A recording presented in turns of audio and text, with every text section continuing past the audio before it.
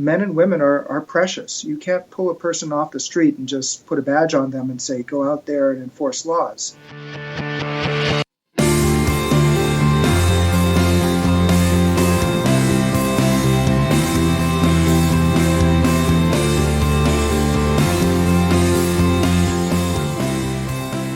Hello, everybody. Welcome to The Squad Room. This is the podcast devoted to creating and optimizing a healthy and fulfilling life for first responders all around the world. Now, if this is your first time listening, I want to let you know I'm your host, Garrett Tesla. I'm a sergeant for a sheriff's department in Southern California, and I've got, I can't even believe I can say this, I got close to a dozen years in law enforcement already.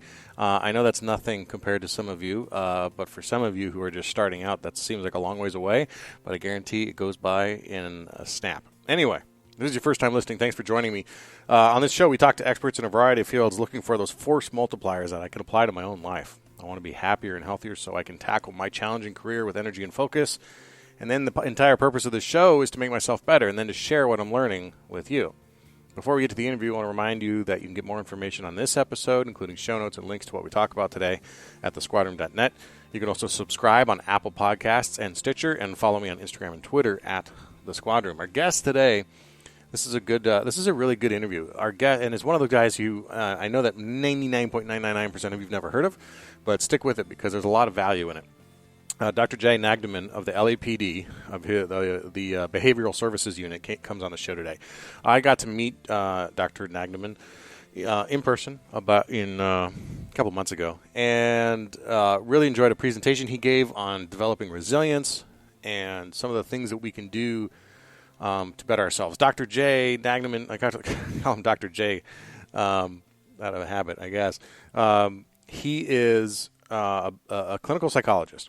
And what's interesting to me is that much of what we talk about is him emphasizing that you don't necessarily need therapy to get better. Whether it's that you're suffering through a difficult time, you're going through a divorce, you're going through a weight gain or a stressful incident or a critical incident or a debrief, whatever it is, that it's not necessarily therapy that you're after, and that he sees clinical psychology much differently than we tend to. You know, we have a fear of going to see the psychologist for that very real fear of having your gun taken away, getting benched, that sort of stuff. So he emphasizes the idea that clinical psychology is actually more relatable and more appropriately considered a sort of performance enhancement role, and that they take a lot of their education or a lot of their techniques from sports performance.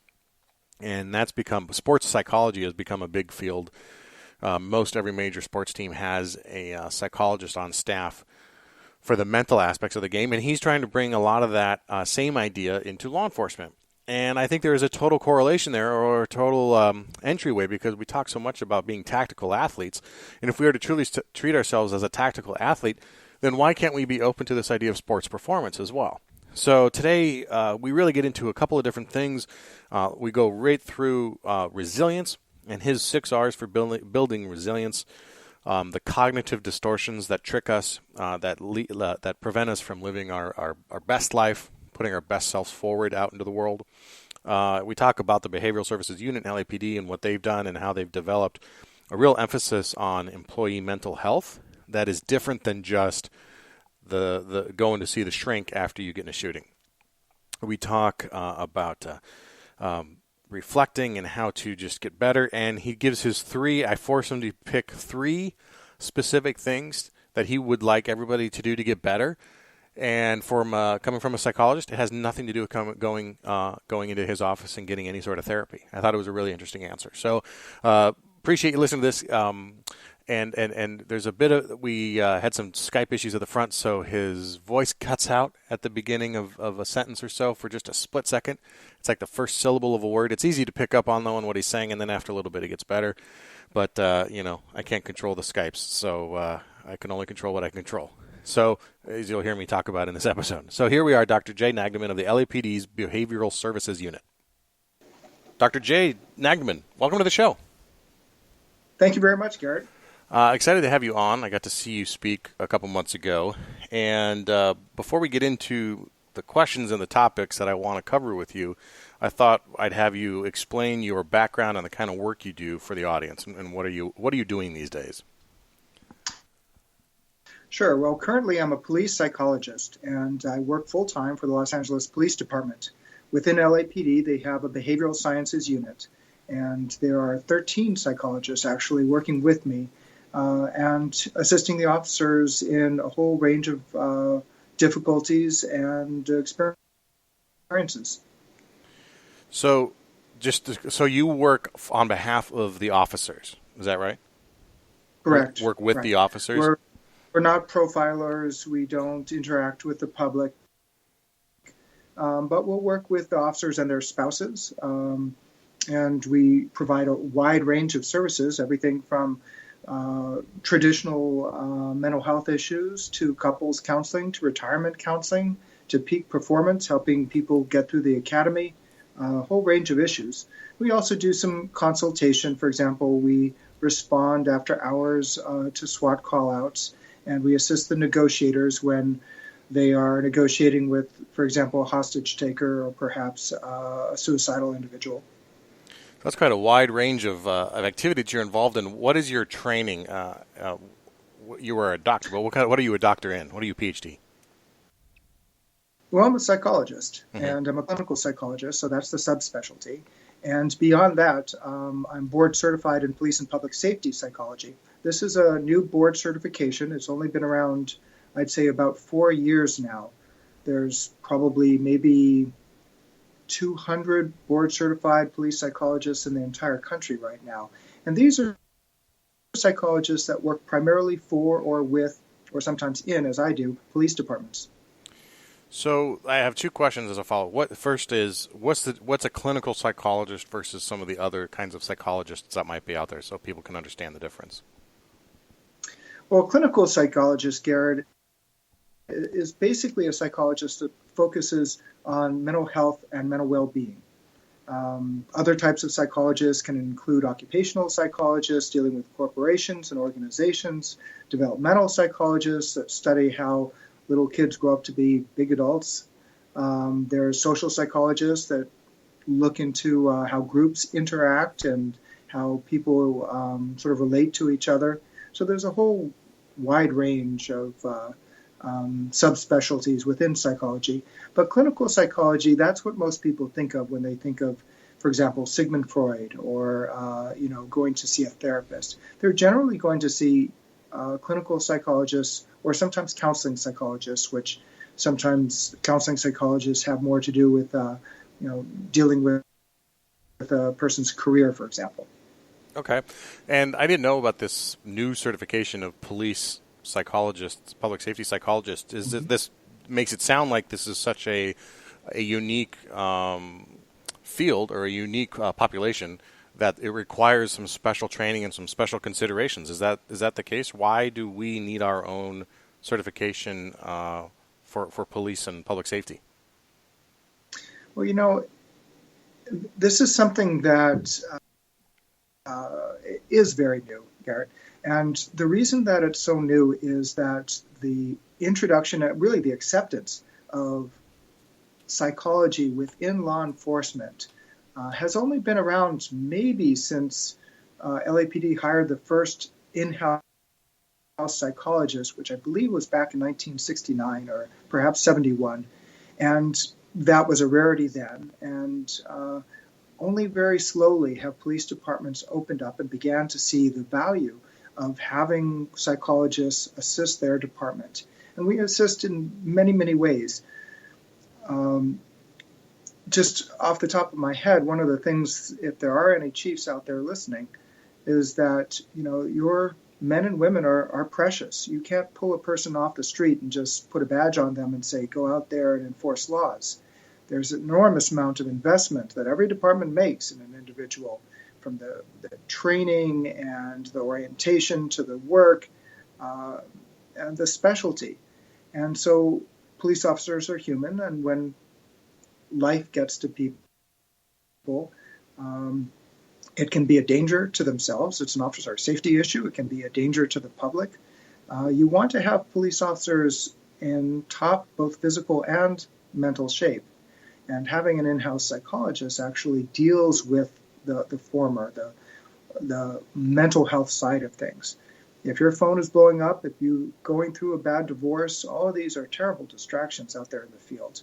And it's nothing that you want your officers to be trying to cope with while they're also being alert for what's going on around them. I think another thing I can share with you, Garrett, about the sort of this new field is that this field of police psychology is broken up into 4 different areas. And one of the areas is what I do, and that's working with the police and helping them just lead better, healthier, more effective, happier lives. Then there's the operational side, which I do a little bit of, and other people do, and that's not only assisting in crises, such as SWAT operations, but also consulting with detectives on, what things to look for, perhaps in a search warrant, or the idea of criminal profiling, which has its pros and cons. But there's also another operational field that actually assists with detectives in narrowing down large numbers of suspects to fewer, or even how to go about collecting suspects. So there's an operational side to it. And then there's the side that most of your listeners are familiar with, and these are the testing psychologists. These are the psychologists that primarily do pre-employment psychological evaluations and will occasionally do fitness for duty evaluations. So that's another area, and frankly, that has the greatest number of police psychologists working in it because many states now require recruits to undergo a psychological evaluation before they're finally accepted in to a training class. And how has the reception been with LAPD in the sense that you're in-house, you're paid for by the department? I mean, we had an experience recently where we have a similar thing. He's not a full-time employee, but he's a consultant or a contracted clinical psychologist who does our after-action reviews and our critical incident debriefs, and when an officer's involved in a shooting and whatnot. Mm-hmm. But the advice we got from our health and wellness or benefits committee was that if you're going through something and you want to see a psychologist, if you want some help, don't go to that psychologist because he's the one who also does the testing and does the fear of getting your gun taken away. Right, and I think that's probably a big issue for anybody. The advice is correct, and that's why people in my unit don't do any fitness for duties. We are exclusively there for officers, and I think it would also be a conflict between trying to give treatment and also being later in the form of an evaluator. So you really want to keep these things separate. I think that with regard to an earlier question you had. Police officers, it is a different field. It is not just something like the difference between accounting and, let's say, an electrical engineer. There is a strong cultural aspect to law enforcement, and having somebody that understands the culture, understands the stressors of the job, and understands, I think, without being making too many generalities, the mentality of what it's like to be a law enforcement officer. That's very important for individuals to feel comfortable. If you go to a psychologist that is biased, perhaps, against police or is unnerved that you have a weapon on you, these things, are not conducive to a good therapeutic environment. And that's why people that specialize in law enforcement psychology have become somewhat in demand because the cultural sensitivity isn't there in the general field of psychology. I think that's one of the reasons also that we've been relatively well accepted, especially in the last decade or so by LAPD, is as more and more people have come to, basically have the courage to ask for help when they needed it. They found that a lot of their fears were unfounded. We keep confidentiality. No one knows that they come here unless they want it known. They're worried about having their gun removed, and that doesn't happen. In fact, if anything, we're more sensitive to the implications of gun removal or hospitalization than maybe, a psychologist out there on the street. And so with the younger generation coming in that's had more exposure just in our general culture to the idea of how psychology can help an individual. And the fact that we've been around now since the 1970s, people are increasingly turning to us, and we see, thousands of client hours a year. Mm-hmm. It's interesting you bring up the idea of cultural sensitivity, because we all have to take training on that every year, every other year on our sensitivity to the outside world, but acknowledging that there's a culture that needs to be that people need to be sensitive to our culture as well. That's an interesting point. What is it about police psychology that got you interested? Was this something that you gravitated towards for one reason or another, or just kind of fell into your lap? How did you get involved in police psychology? Well, there's a couple things. One was, it's very similar to the reason that most police officers become police officers, and that is a desire to help people. And that's probably why I got into psychology in the first place.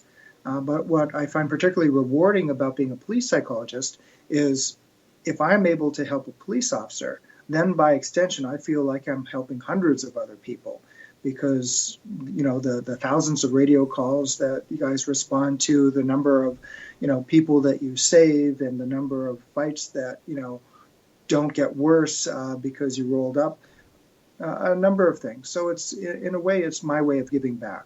But the specific way that I got involved is that prior to working for LAPD, I was the director of the Los Angeles Suicide Prevention Center. The Los Angeles Suicide Prevention Center was the first in the nation to create the 24-hour suicide hotline, and operates to this day under D.D. Hirsch Community Mental Health Center. But the hotline operates 24 hours a day, and we use mostly volunteers. And approximately 20 years ago, I got a call from a lieutenant with LAPD, and he was the metro lieutenant that was in charge of the SWAT team. He said, I have these negotiators here, and while we go out fairly regularly, it really would be nice for them and some of our language specialists who don't get called out very much to get some more experience talking with suicidal people. And so we had an arrangement where I went out and I trained up the SWAT negotiators, and I had them coming in as regular volunteers and staffing the suicide hotlines.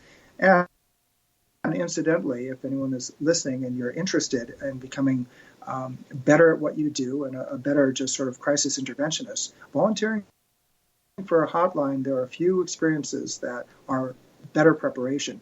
We would have just regular police officers call us up and look to volunteer just because they wanted to enhance their skills, sort of pad the package, that they have when they're looking to promote.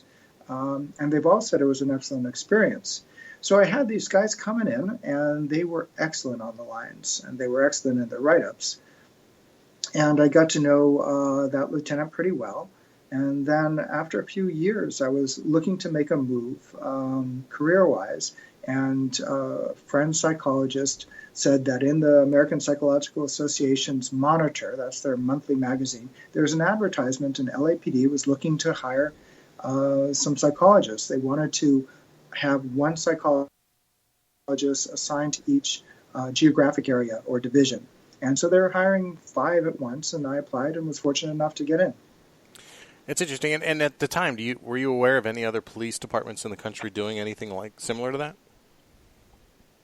I had just the vague awareness that you get from TV that there are these police psychologists that show up every once in a while, and they're always in more of an operational context, or they're the butt of jokes is, you got to go see the shrink now. Right. But the sheriff's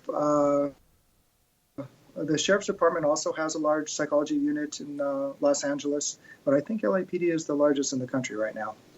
So I want to get into what you call cognitive distortions. That's something you talked about when I saw you, and I thought these were interesting things to bring up, and I recognized quite a few of them from either my own work or from working with some of these people.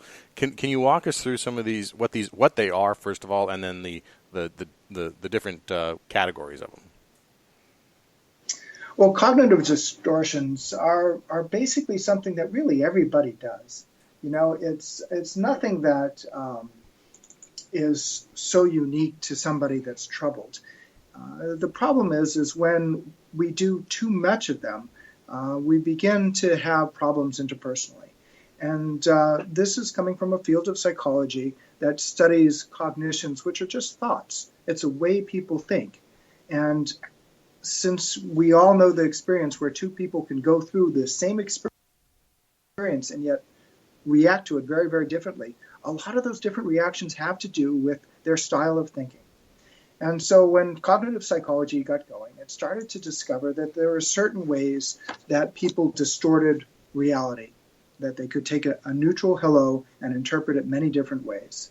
And one of the ways that I think your listeners will all sort of immediately identify, perhaps not in them, but other people, is something called personalization. And personalization is viewing another person's mood or actions as involving you or as a response to you. So in other words, it's all about me. People that personalize will misinterpret, an off remark by a supervisor as being evidence that that supervisor doesn't even like them or that they're unappreciated. It's hard for people that personalize a lot to sort of separate the other person from them, and that the other person is dealing with their own stuff and that it has nothing to do with them. Mm-hmm. Another kind of cognitive distortion is categorical thinking. This is the extreme, all or nothing type of thinking. You have one setback and everything in your life just turns to hell.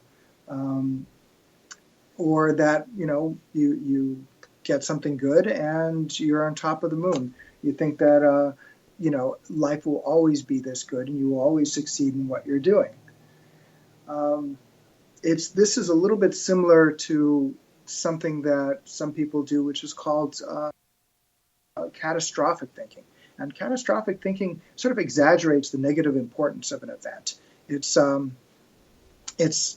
sort of a hysterical mindset where, if you let's make this more applicable to, I think, something that your audience can relate to. That let's say, so-and-so, you're a female officer and you're having an affair with another officer and that gets out. And suddenly you feel that, this is going to be spread around the entire department. Now I'm thinking in a larger department. Smaller departments, it probably will be spread around the entire department. But you'd never be able to transfer to another division, that it'll stop you from promoting, that it might even, in the worst cases, maybe force you to leave the department and go to another department. Now, the reality is at least in LAPD, and I imagine elsewhere as well, affairs are not that uncommon. And while they're not particularly healthy, they happen. But if you tend to catastrophize, it makes things that much worse. Another thing people tend to do is, and this happens a lot, for example, you see a particular lieutenant or sergeant, and you label them as just a climber. That all they're interested in doing is promoting. They have no interest in what real police work is all about. They're too far removed from the street. And you end up giving them kind of a label in your mind as, a climber. Mm-hmm. And when you do that, though, it tends to reduce the person and all their complexity down to this particular label. And when you sort of think that label in your mind, it fills you with a negative feeling. And that prevents you from seeing them and giving them more of a fair shake, something that they really deserve. That's another. I'll give you one last one. Externalizing. Externalizers are people that focus the responsibility on someone or something else and tend to see themselves very much as a victim.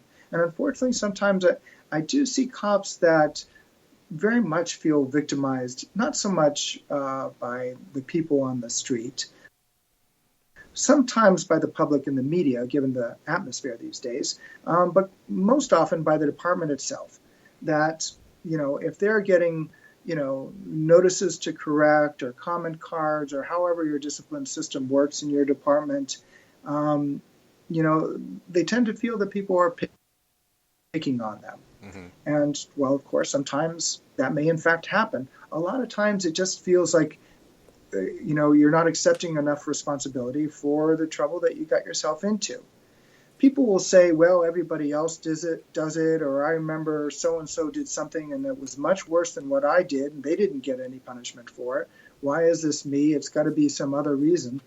But at the end of the day, this sort of cognitive mindset ends up making the person suffer more than simply accepting responsibility and saying, yes, I screwed up, I deserve the comment card, and I'm just going to change. And whether other people change or not is immaterial. If I don't want this in my life, then I'm not going to do it again. So understanding sort of distortions in the way that you're thinking can save a person a lot of grief and heartache and can actually make their job more enjoyable. If there's anything that, I've learned over the 11 years I've been with LAPD, it's really not the job of policing so much, but department politics, interactions with peers, and sometimes the way that the media or the general public will come down on officers that causes the biggest stress. So being able to handle those things better tremendously improves an officer's psychological well-being. I've heard that several times in many different forms that, the majority of the stress of police work is in the administration and, like you said, the peer-to-peer interactions, and not much of it comes from the stuff on the street or from the media.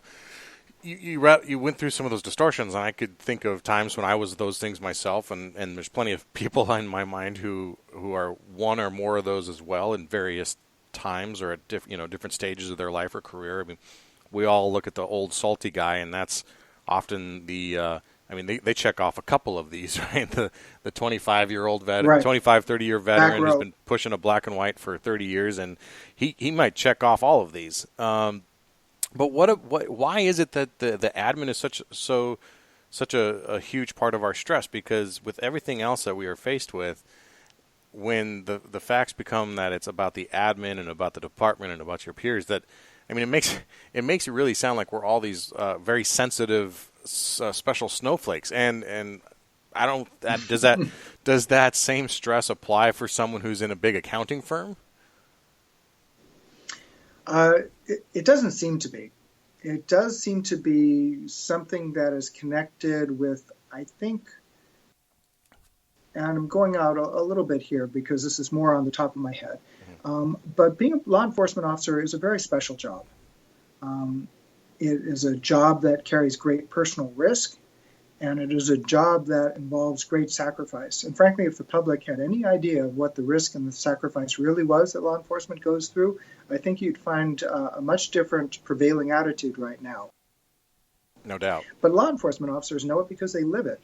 And I think having that kind of understanding leads people to feel that the administration should be more on their side than sometimes it's perceived to be.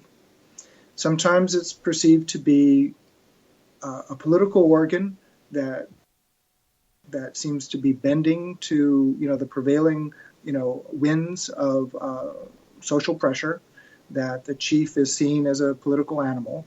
And so when there are institutional changes and new policies that don't make sense, or officers perceive that it puts them either at greater personal risk or involves greater paperwork for no particular reason, it gets to them. It seems not right. It seems unfair. Mm-hmm. Anyway, so basically what I was saying is that there just may be the feelings of being underappreciated by command staff. I like that. I guess I like the perspective better that maybe because of the level of activity we do, that the danger that we feel like we need. I think anybody would agree that we need some sense of trust, right? Mm-hmm. We need to feel like not only the department trusts us, but that we can trust the department. And maybe it's because to have our backs, and maybe it's because we're out there doing these things that are always, I want to say in the gray because that's really where we work, with these split-second decisions and whatnot. And that makes sense to me more than this idea that we are just extra sensitive because of the personality of the kind of person who comes into the job. I saw something I was looking at something this morning on social media, and it was someone had posted something about, it was a copy of Maslow's hierarchy of needs. right? And it got me thinking, knowing that we are going to be talking today about where we fall on that spectrum at any given time. And in this idea of trust with the department and with these cognitive distortions, where do we often vacillate between? Does that make sense? And if you're out doing a job where people are actively trying to harm you, and you're coming to it, and you may come back to the station and deal with a lieutenant or a captain or so who is making a decision you feel puts you at greater risk, how can we achieve that self-actualization and move beyond that feeling of that level of safety in that hierarchy? So, right. Absolutely. And you might very well feel a sense of betrayal that the department is placing you at what you feel to be greater risk. Yeah, certainly. So you mentioned these cognitive distortions. What are some of the ways that we can manage them and deal with them? And I think, first of all, be aware that we are acting in such a manner. Well, it is a little hard. It's hard to do it yourself, and that's why therapists exist. But being aware and sort of understanding that these things occur and being able to challenge. You have to be able to challenge yourself. And what I mean by this is you make a little experiment. And you basically come up with as many different interpretations for the experience that you just had with a supervisor or a coworker or something like that. As many different explanations about why that person did or said what they did. And then try and test it out. And it may include, it's not always practical or wise, but it may include talking with the person and finding out what they meant by that. It's when we assume things and we keep it all inside that we're sort of left within our own private echo chamber. And unfortunately, that's how these distortions really never get challenged and take up sort of residence in our minds. Then once they're there, we tend to look for other examples of how much of the administration, for example, is against you. So challenging it, doing some experiments will help free yourself from these distortions. I think it's a key point too that it's not always about us. It's not I know things at the sergeant level, or I have a perspective at my level that a line officer doesn't have, and I know my lieutenant has a different perspective than me. And you go up the chain, and they have actors at play and things at play that we don't typically take into consideration. Exactly, or know about. Or know about. So I always try to act with that idea in mind, that there are other things going on I have no idea about. But I mean, on an individual officer basis, if someone wants to get their mind right, obviously building resilience is a big deal, right? We have to be resilient in this job, or you're just not going to last. And you talked about you have your 6 R's of resilience, and I'd like you to go through those for people, and we can talk about them individually. Sure, these are actually sort of adapted from the Florida Police Stress Unit. And they're the type of things that we all often know about, but we don't necessarily practice. And so before we get into the specifics, I just want to comment that resilience is a concept that used to be thought of in terms of people's general personality. And that was something that people were either resilient to things or they weren't. And it turns out you can actually build your resilience. You can become emotionally more bulletproof. And there are certain things that you can do to enhance this. And the first one has got to be relationships. That we are social animals, and when things go bad in our life, and cops are human too, they go through divorces and serious illnesses and, financial difficulties and so forth, like anybody else. It's your ability to tolerate and sometimes more than just overcome, but strengthen yourself as a result of these challenging experiences that defines resilience. So with relationships, one of the things I encourage people to do is, take a moment now, whoever's listening, and think about who are the people that are important to you. And then think about how much time you spend strengthening that relationship, saying something that's real and meaningful. Sometimes you get into, a rut with your spouse and you give them a quick peck on the cheek, if you even do that, and there's not any real connection there. So sometimes it means expressing how you really feel over, a cup of coffee or a glass of wine over dinner. and strengthening that relationship, sharing how you feel and what they mean to you. And then sometimes we have people in our life that just are a problem and that maybe we don't need. People that drag us down, people that have so many problems that we feel burdened by it. So it's sort of about thinking and managing your relationships. And that's the first R of what we call the 6 R's of resilience. The other one is reflection. And reflection has to do about knowing yourself, trying to decide whether your work and your life is in a kind of balance that's comfortable for you. Because sometimes it gets out of whack. You're working too much, you're picking up the overtime shifts, you're looking for, you're looking for that second job that'll help you make the bills. And you have no time for leisure, you have no time for recreation or relationships. So checking that kind of balance. And one of the ways you do it is knowing yourself well enough to know when you have signs of distress, when you're forgetting things, when you're quick to anger, or the signs that you're actually doing fine and you're happy and relatively stress-free. So knowing yourself is an important part. Another R is responsibility. Now, responsibility isn't about,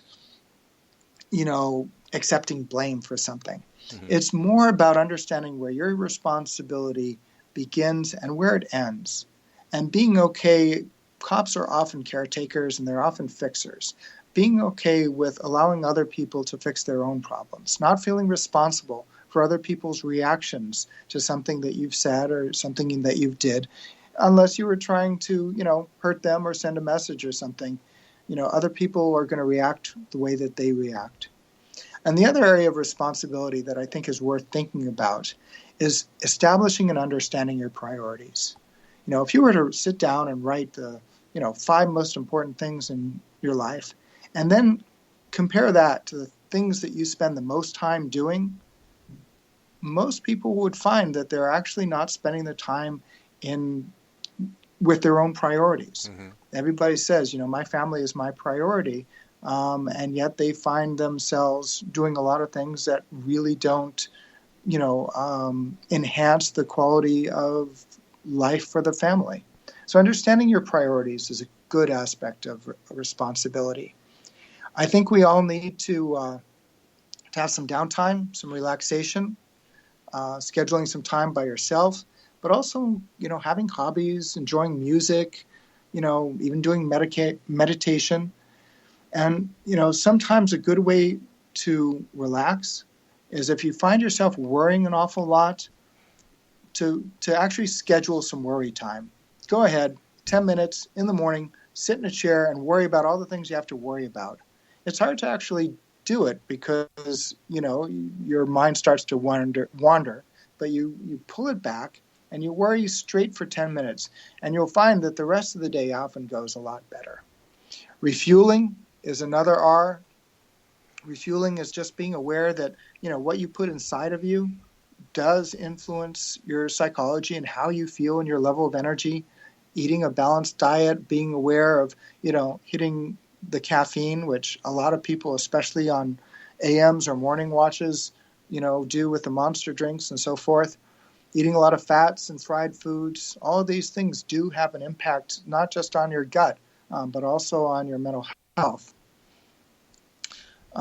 Getting adequate rest is another aspect of refueling.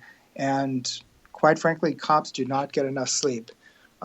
Whether it's shift work disorder, sleep apnea that often goes undiagnosed, that's where you stop breathing many, many times during the night. Or you're just simply not getting enough sleep, which is not just a healthy thing psychologically, but it also can have terribly negative physical consequences. So you want to get enough sleep.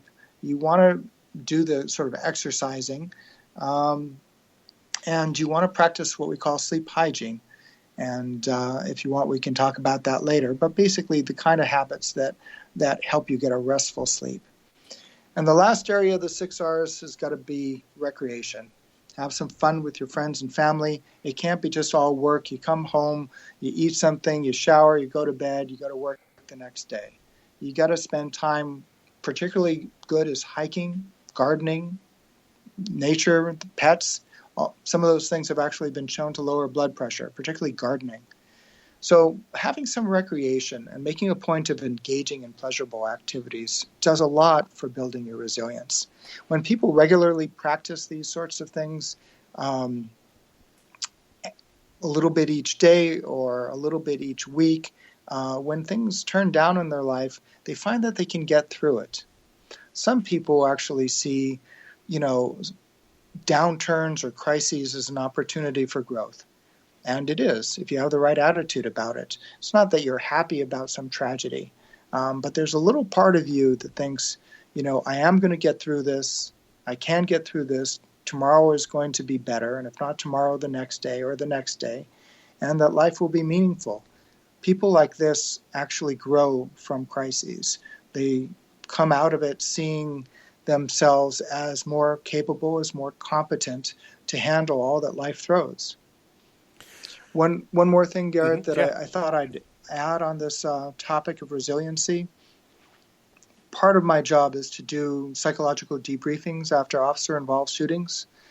And one of the things I'll do is I'll ask people, what did you get out of this? Was there anything that you feel you gained by going through this experience? And a lot of people are shocked by that question. They're not expecting it, and they pause and they think about it. And quite often their response is very similar to each other. And that response is, well, you know what? I guess I gained the knowledge that when something hit the fan, I could respond. Mm-hmm. Sure. I think everybody out there, they've been trained, they rehearse it in their mind, but there's always something in the back of their mind wondering, am I going to freeze? Am I going to be able to perform under pressure, under a crisis? Yeah. And then coming out the other side, they feel like, yeah, I can. And when you look for something to gain, even from tragedies, even from terrible experiences, perhaps not while you're going through it, but certainly afterwards, looking back and realizing, hey, I got through this, it does enhance your resilience.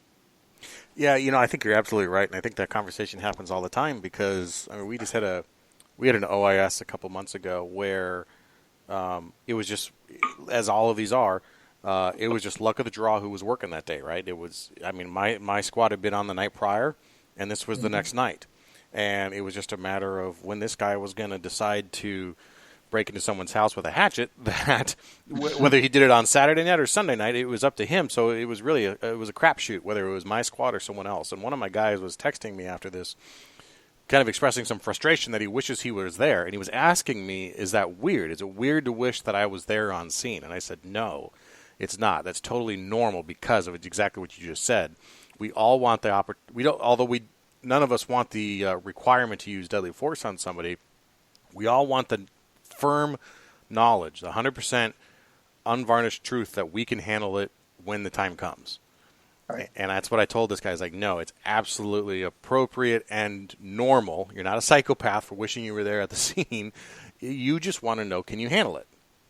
Mm-hmm. And so I think that's such a common thing. I want to go back to reflection real quick. That's a big one for me. Knowing your triggers, knowing yourself.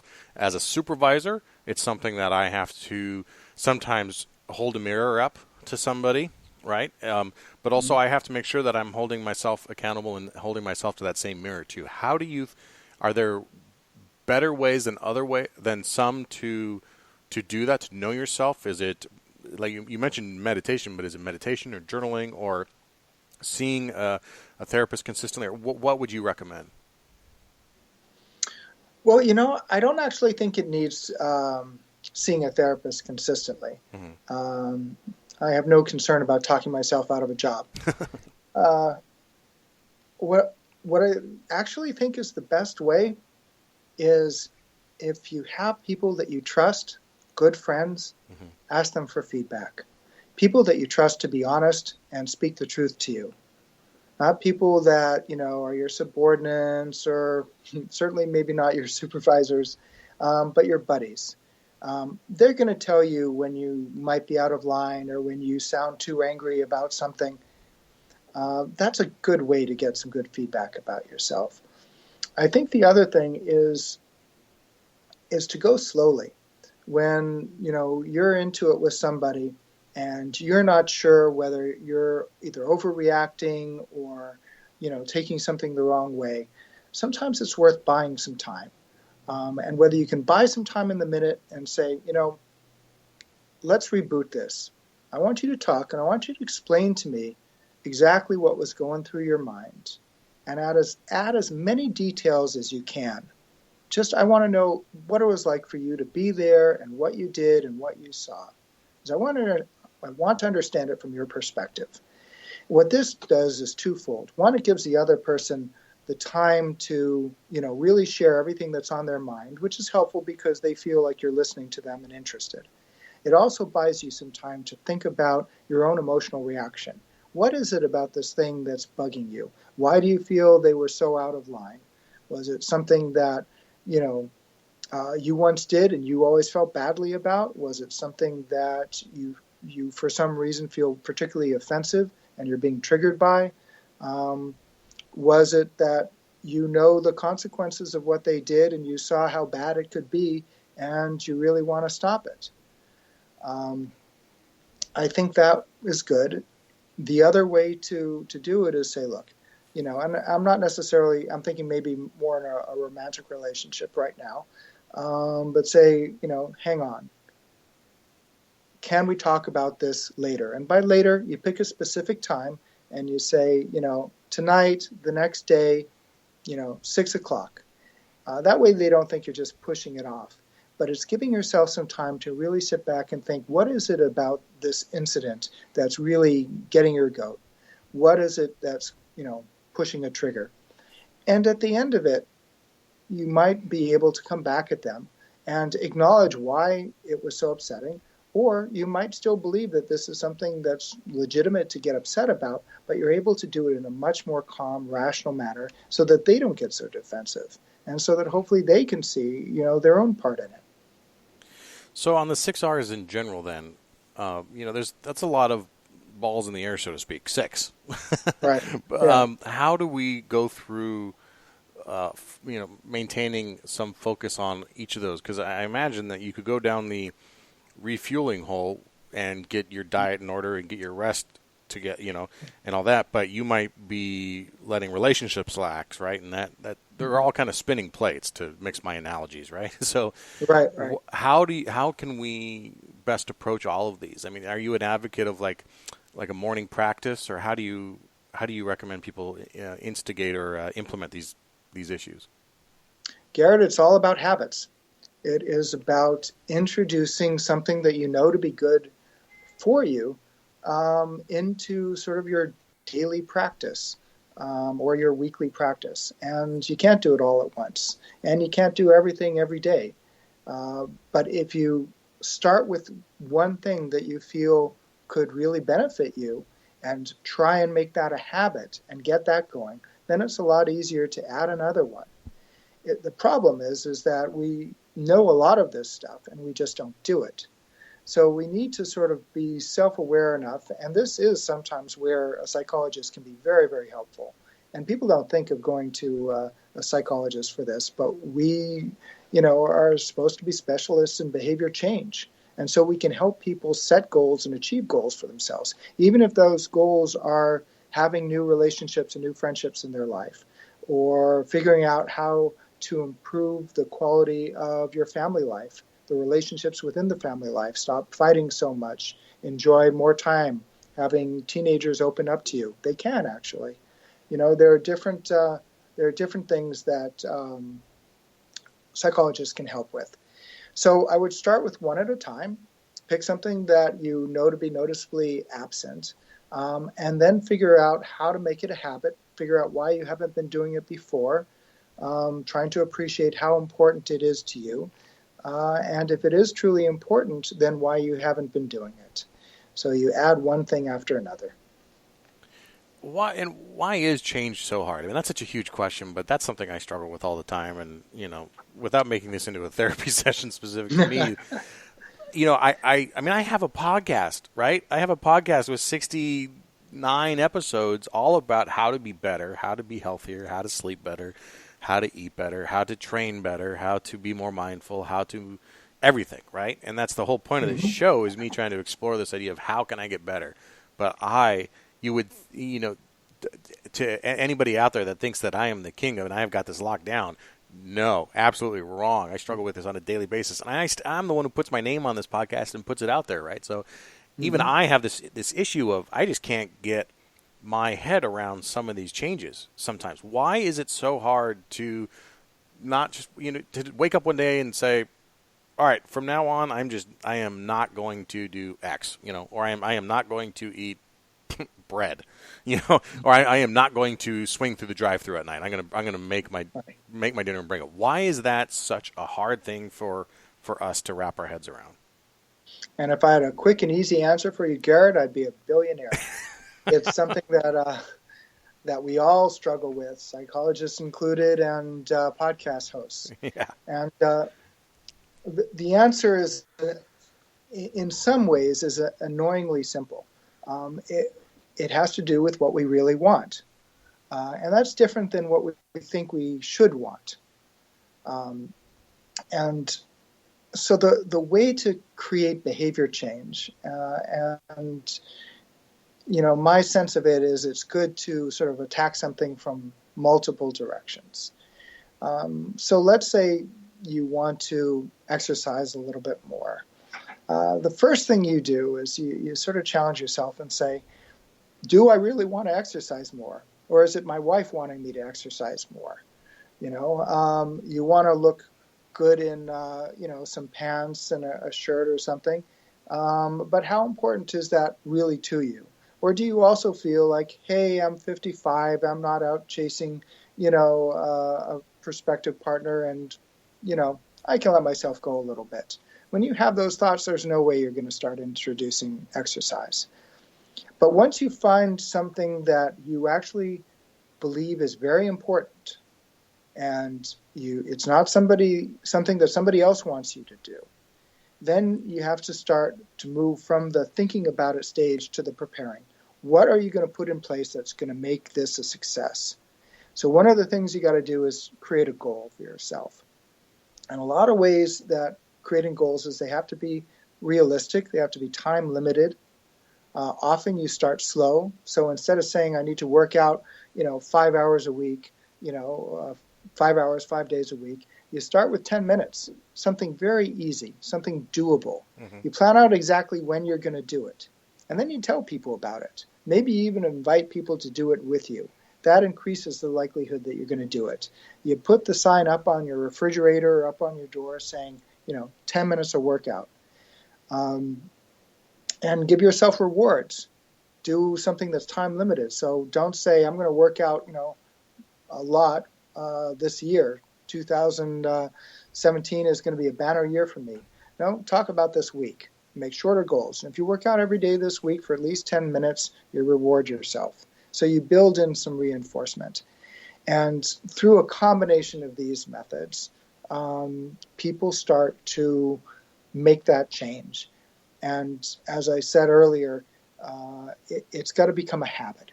It's got to become a habit, something you do all the time.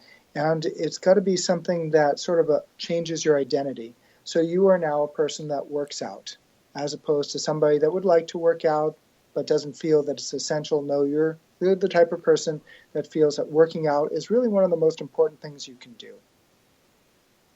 I like that, and I think something I found a little success with, and you can correct me if I'm totally off base here, is focusing on process-oriented goals rather than results-oriented goals. So if I'm starting a gym program, as I just did, I'm starting a new program, my goal isn't to lose 30 pounds in the program. My goal is to go 4 times a week, right? And if I go 4 times during the week, I'm a success.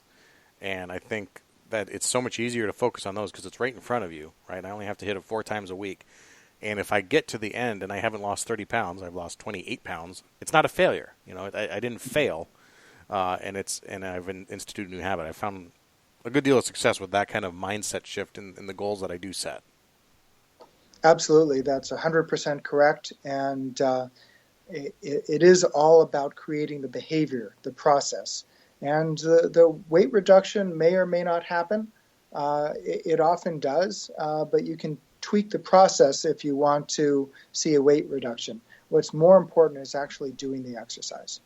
So as we wrap up here, I want to ask you, what are three things that the officer out on the street who's listening to this who might feel like they are in a state where, maybe they're not in crisis necessarily, but they're fatigued, cognitive fatigue, or they're just fatigued mentally.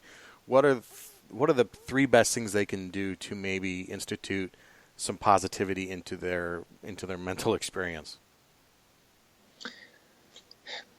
Hard to pick just three, but and I think it really does depend on the reason that they are kind of fatigued or mentally troubled or so forth.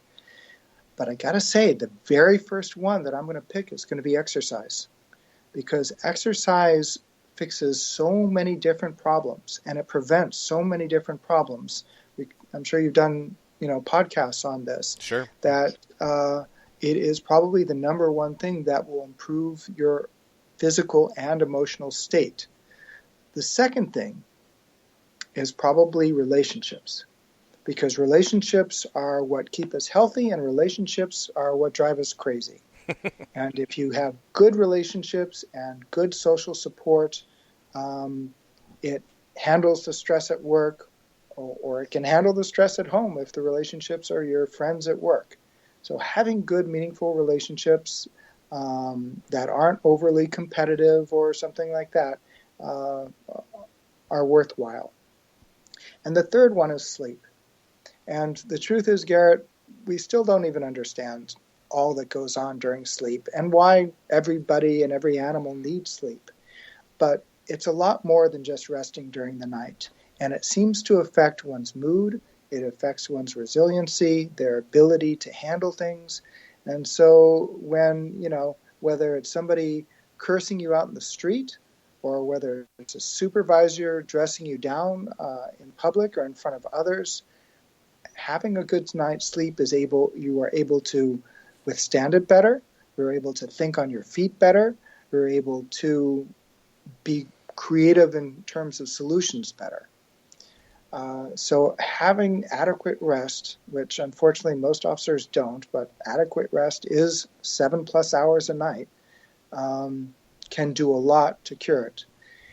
And if those three things aren't working, I would suggest going in and talking to a police psychologist, if you can find one.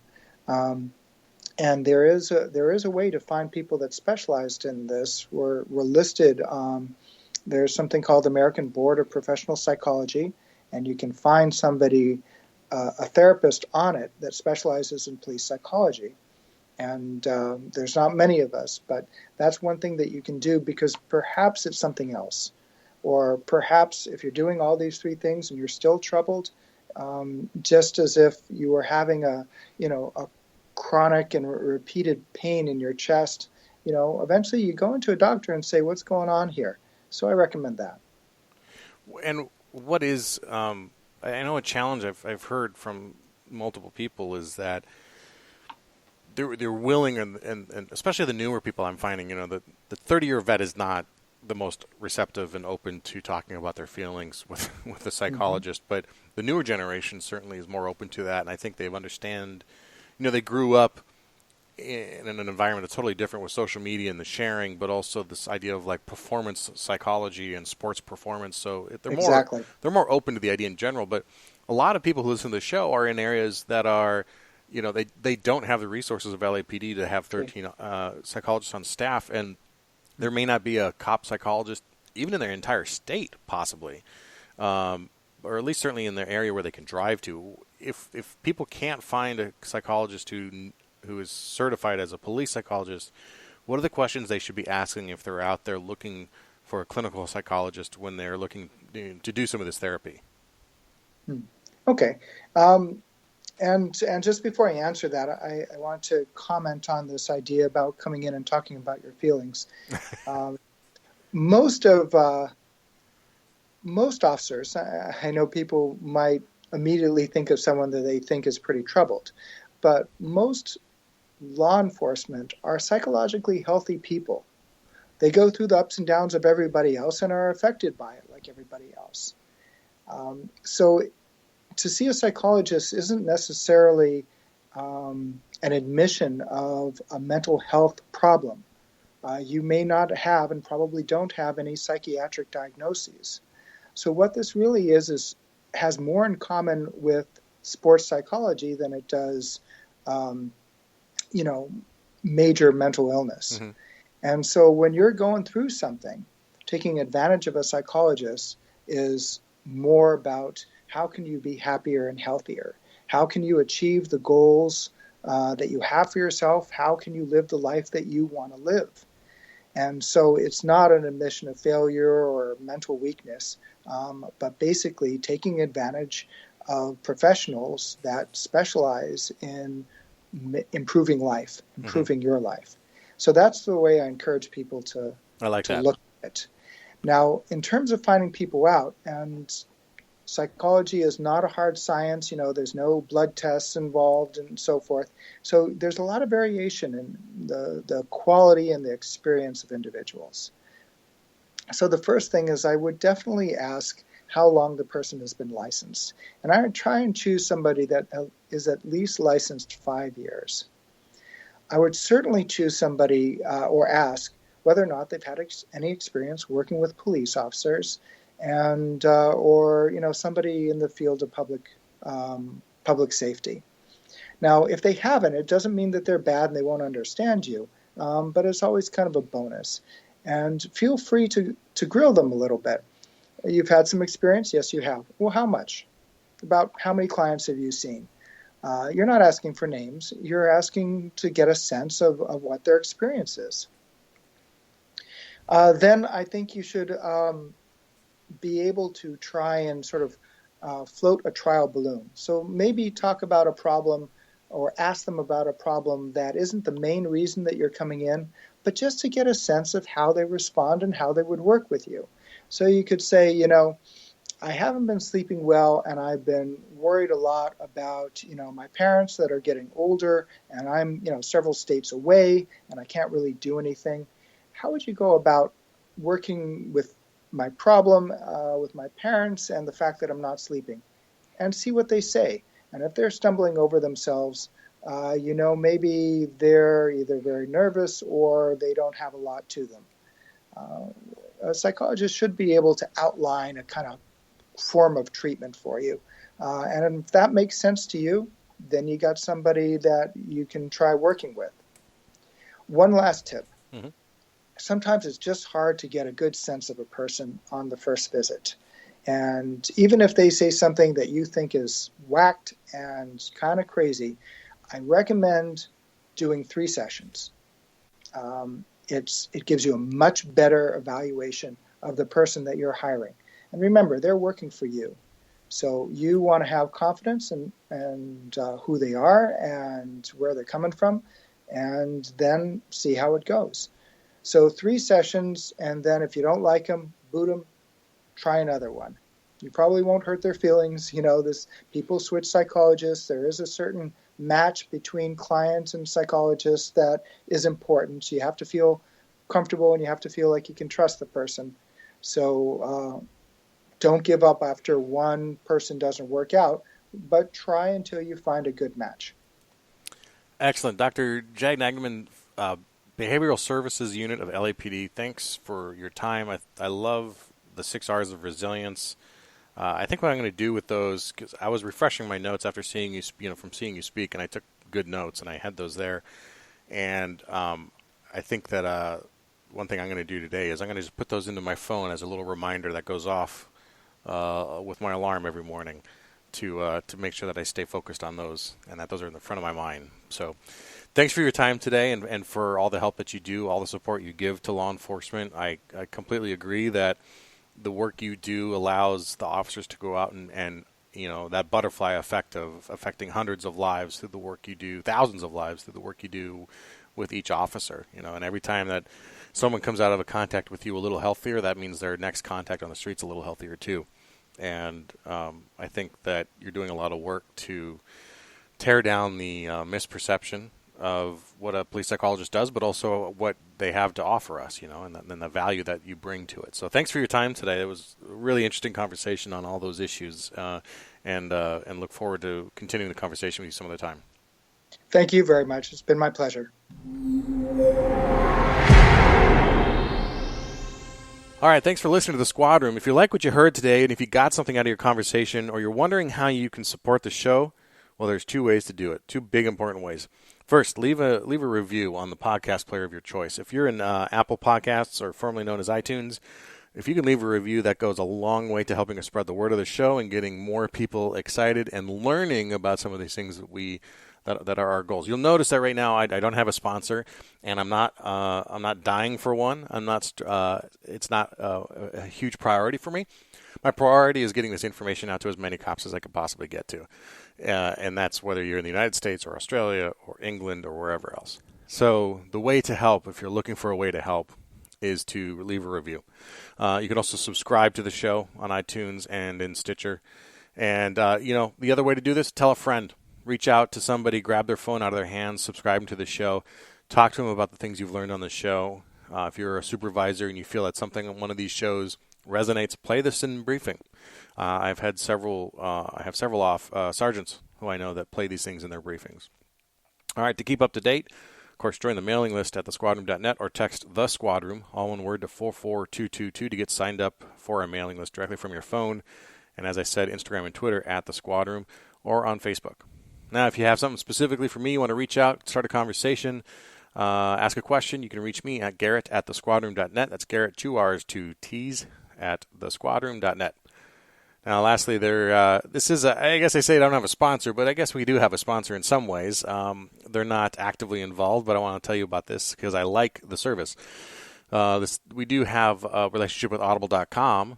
And with over 180,000 titles in their inventory, Audible has hundreds of audiobooks that apply to us. And if it's a slow shift, a long commute, audiobooks, to me, are a great way to continue my education. To get a free 30-day trial and a free audiobook of your choice, go to audibletrial.com/The Squad Room to sign up.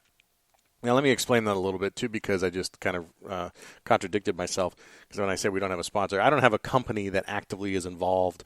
If you listen to the older episodes, SP Tactical was involved for a while, and they're still great guys, and they have a great product. But they've got stuff and goals and everything like that. So, we're still very good friends, but they're not sponsoring the show. Audible is it's this huge company, and the way that works is called an affiliate relationship. So if you go to audibletrial.com/the Squad Room, and you do sign up, they give us a referral fee. But it's not like I've got some ad agent over at Audible who's sending me scripts and telling me good job and whatever, or hassling me for the read or the script or anything like that. I come up with all that myself, and because I like audiobooks and because I think they're a good way to do that, that's why I have chosen to have that relationship with Audible.com, which is actually quite informal. But if you do sign up, even if you don't continue after your 30-day trial, we do get a respectable referral fee that helps support the show, helps pay for the servers and that sort of stuff. So hopefully that's a decent explanation, so I'm not really contradicting myself too much there. Whew. Anyway, all right, till next time, everybody, take care of each other and stay safe.